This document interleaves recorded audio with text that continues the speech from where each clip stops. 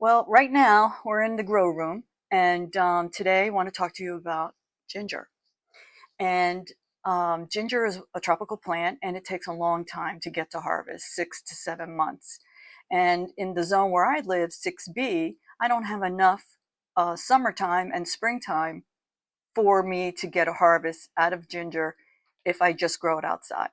So what I need to do is I need to start it indoors because it also requires 75 degrees to grow and to germinate and to be happy, right? It needs to be happy.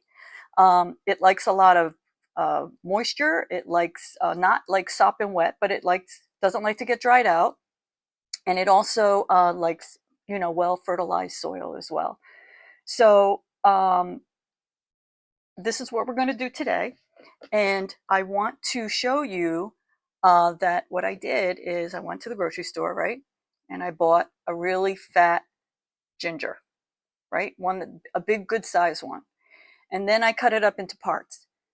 And I also soaked it in water overnight because a lot of items that you buy in the grocery store, they have growth inhibitors put on them.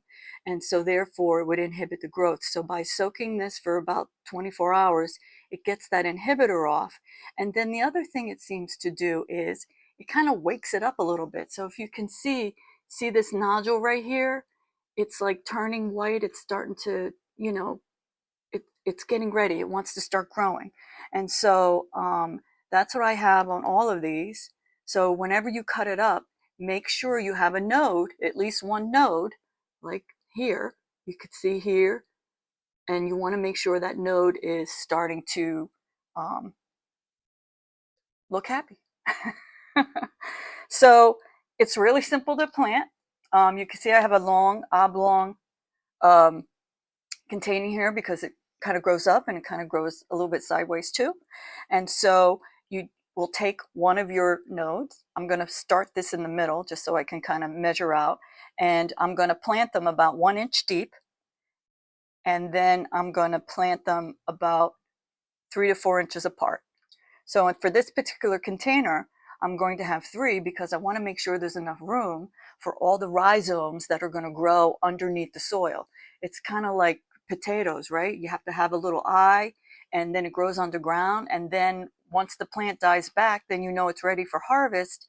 And then you get a surprise. You don't know what you're going to get, right? It's just like when you dump out a bag of potatoes. Sometimes it's yay and sometimes it's not. So that's what we're doing here today. So I'm going to push this in about 1 inch deep, and then I'm going to keep it in the house, and I won't bring it outside until it's consistently 75 degrees in my area. And that means at nighttime too, not just daytime. So that could be like June for my area. So this is January right now, so I want to be able to make sure that I have a really good harvest.